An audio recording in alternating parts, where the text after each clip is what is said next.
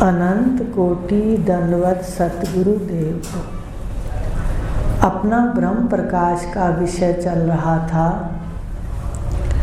कि ये जो सामने सृष्टि दिखाई दे रही है ये परमात्मा का विराट रूप है। ये जितने भी खानियों के आकार हैं ये उसने धारण कर रखे हैं। आकारों में जो चैतन्य है वो एक ही है, अद्वैत ही है उसका, वो अद्वितीय है। प्रत्येक शरीर में आत्मा के रूप में परमात्मा चैतन्य ही है। तो ये बात चली थी कि आंखों से तो सब दिखते हैं, देखते भी हैं, पर ऐसा जानता कोई नहीं। बिना गुरु के ऐसा कोई नहीं जानता कि देह में से आत्मा जीवात्मा बाहर हो जाए तो ये सब धराशायी हैं। सारे सिर सारे आकार चैतन्य ने धारण कर रखे हैं। तो ये हमें समझ आ जाए कि ये पहचानना है। चैतन्य को आकारों में देखना, विनाशी में अविनाशी को देखना, ये है ज्ञान। यही तो है, यही प्रत्यक्ष रूप है। सामने जितने रूप हैं विनाशी हैं, इसमें चैतन्य एक ही है, सबका अविनाशी, सच्चिदानंद अद्वितीय आत्मा। तो अब आगे है कि ये फिर अलग अलग नाम कैसे हो गए। कहीं तो ब्रह्म कहा गया, कहीं आत्मा कहा गया, कहीं जीव आत्मा कहा गया, कहीं हिरण्यगर्भ कहा गया, कहीं अंतर्यामी कहा गया, कहीं सूत्र आत्मा कहा गया, कहीं विराट कहा गया। ये सिर्फ ये भेद है कि जैसी जैसी स्थिति माया की उसके सामने आई उसका नाम बदलता गया। माया अव्यक्त जब सामने आई तो वो अंतर्यामी हो गया, वो भी प्रत्यक्ष नहीं आया, अंदर सूक्ष्म रूप से व्याप्त रहा, उसको अंतर्यामी कहा। एक ही चैतन्य माया के अनंत रूपों में अलग अलग संज्ञाओं में जाना गया। माया के कारण, माया की उपाधियां हैं और उपाधियों में 8 चीजें मिला के ईश्वर की उपाधि है, चैतन्य की उपाधि है। अव्यक्त कहा, सूक्ष्म सृष्टि बताया आपको, सूक्ष्म सृष्टि में सूत्र आत्मा कहा, है वही चैतन्य जो चैतन्य अव्यक्त था। वो सूक्ष्म सृष्टि में सूत्रात्मा, सारे जितने भी आकार हैं असंख्य, उनमें चैतन्य एक है सूत्र के रूप में। ये मन के, ये शरीर, ये आकार अनेक हैं, पर इसको सत्ता देने वाला, आश्रय देने वाला, खड़ा रखने वाला आधार सूत्र चैतन्य है। वही चैतन्य जो अव्यक्त में है, वही सूत्रात्मा।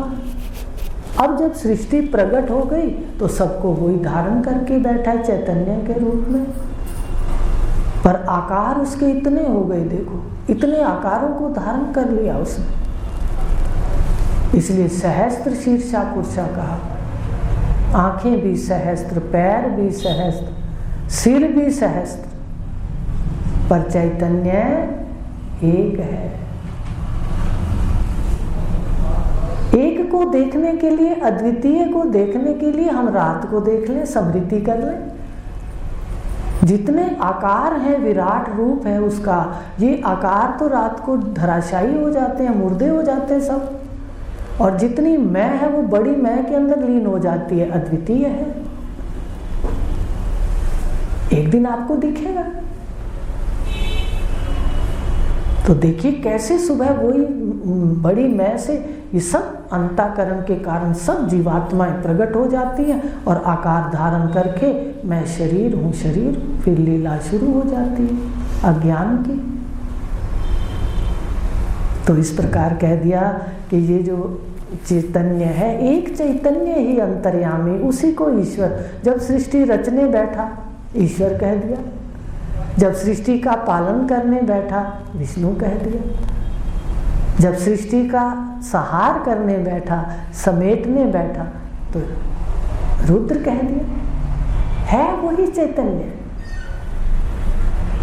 काम भेद से, स्थान भेद से केवल नाम भेद है। तो यही भेद चैतन्य का स्थान भेद से हुआ, कार्य भेद से हुआ। ये सारा का सारा आप ही आप माया सहित है। ये माया के आकार हैं जितने भी।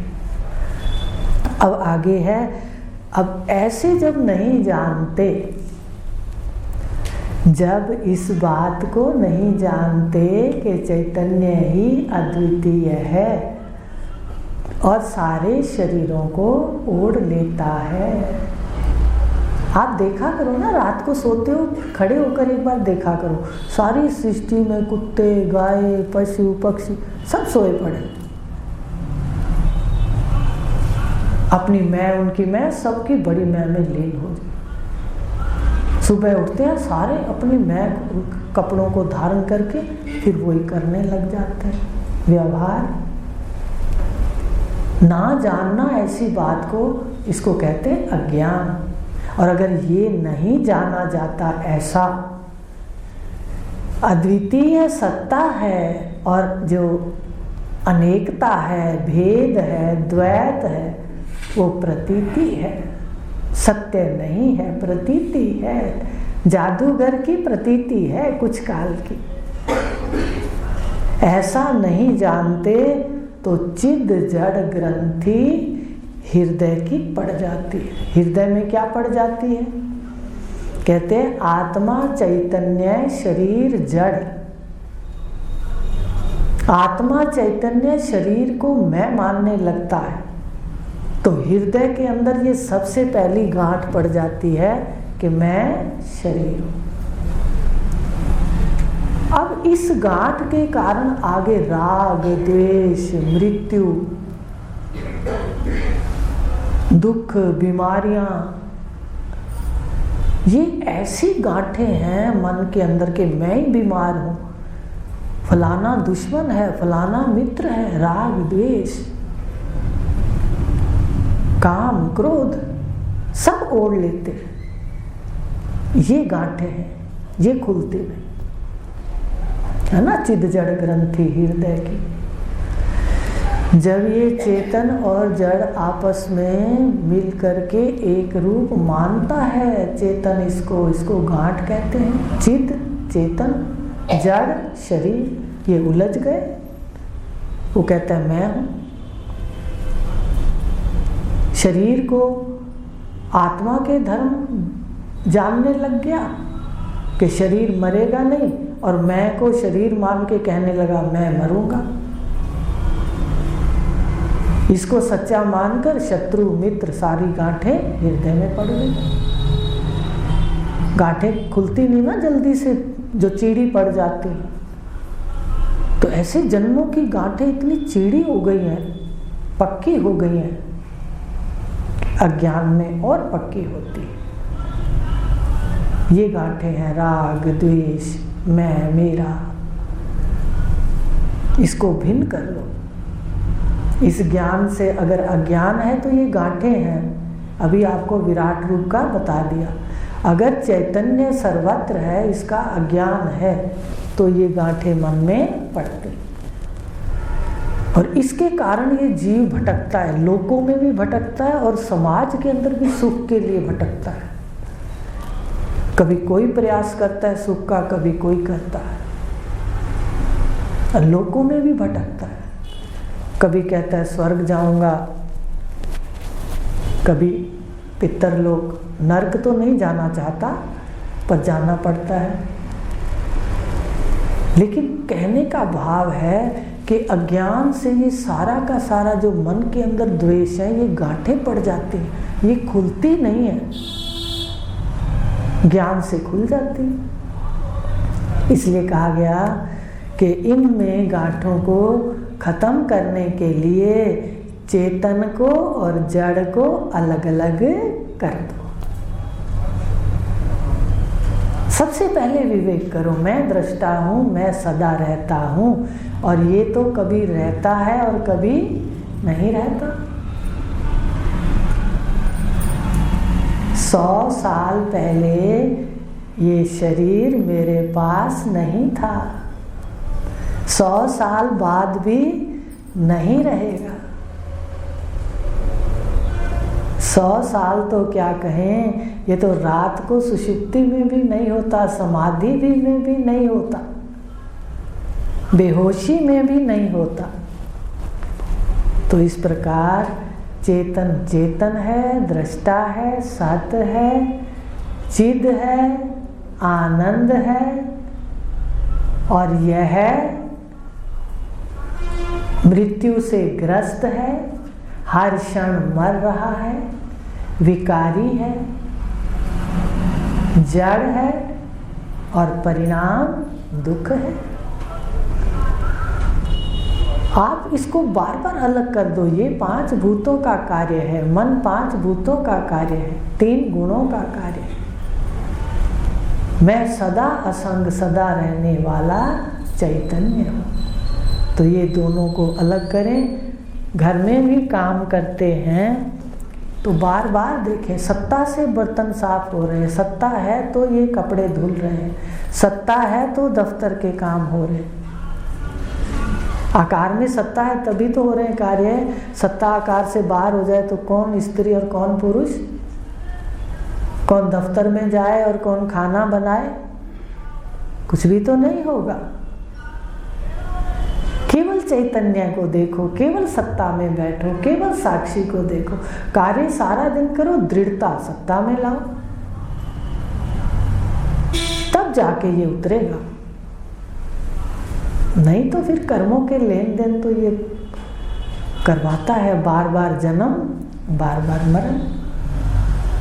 तो कह दिया कि चिद जड़ ग्रंथि जो हृदय में जड़ और चेतन की आपस में उलझाव हो गया, उसको अलग अलग कर दो। चेतन के लक्षण देख के मैं को अलग करो और यह को अपने से अलग देखो। जड़ दृश्य है, मैं इसका दृष्टा हूं। तो बार बार दिन में देखो, ये सुबह हो गई, अब दोपहर हो गई, शाम हो गई, रात हो गई, मेरा ज्ञान खत्म नहीं हुआ, मैं ज्ञान वैसे का वैसे, और ये सारे दृश्य बदल रहे हैं। मैं ज्ञान स्वरूप, मैं ज्ञान रूप नहीं बदला। ज्ञान बदला क्या? घर में खाना बना रहे हो, इतने में आप कपड़े धोने लग गए, दृश्य बदल गया, पर ज्ञान आ रही है। सूक्ष्म बात समझ, ज्ञान में बैठी है, सत्ता में बैठी है, चैतन्य में बैठी है। ये है विवेक, और इस विवेक से क्या होगा? चिद और जड़ की गांठ खुलेगी। कर ले तू भिन्न भिन्न, तू भिन्न भिन्न कर ले विवेक से। कैसे कर ले? मैं दृष्टा चेतन, मुझसे भिन्न दृश्य है, वो जड़ है और परिच्छिन्न। भाई मैं तो दृष्टा हूँ, चेतन हूँ और अद्वितीय हूँ, और जो मेरे से भिन्न है, आत्मा से भिन्न है, वो जड़ है, परिच्छिन्न। परिच्छिन्न समझते हो? एक छोटे छोटे दायरों में है, अल्प अल्प शक्ल है, अल्प अल्प सूरत है। श्रुति ने कह भी दिया, यद अल्पम तन मर्त्याम। ध्यान देना, जिस अल्प को ओढ़ के बैठे हो उसमें मृत्यु रहती है। ध्यान दो, बच जाओ मृत्यु से। अपने को जान लो, छलांग मार के बाहर खड़े हो जाओ देह से। इससे काम ले लो, काम लेने के लिए थी, चिंताएं करने के लिए नहीं थी, कल्पनाएं करने के लिए नहीं थी। ये तो वर्तमान से अपना लाभ लेने के लिए थी। हर क्षण का लाभ ले लो। तो कहा ये जो दो है इसको अलग अलग कर दो, भिन्न भिन्न कर दो। दृश्य जितना है ये अल्प अल्प है, अल्प अल्प मरता है, और जो मैं दृष्टा चेतन हूँ, मैं दृष्टा हूँ, और दृश्य नहीं हूँ और मैं सदा रहता हूँ, ये अलग करो। तो आज का यही घर का काम है कि आत्मा से, मुझसे भिन्न। कल आपसे पूछूंगी आपसे भिन्न क्या क्या है, गिन के आना, हल्का सा बता देती हूँ। घर का सामान, फिर ये शरीर, फिर मन बुद्धि अंतःकरण, फिर इनकी नींद। इनकी नींद किस में होती है? मन बुद्धि अंतःकरण की सुषुप्ति में। आपकी नींद नहीं है, आप सुषुप्त कभी नहीं होते, सुषुप्ति को देखते हो। तो ये देखना आपसे भिन्न इतना कुछ है, आप इसके साक्षी हो, दृष्टा हो। तो कल इसको लेंगे। ओम पूर्णमदः पूर्णमिदं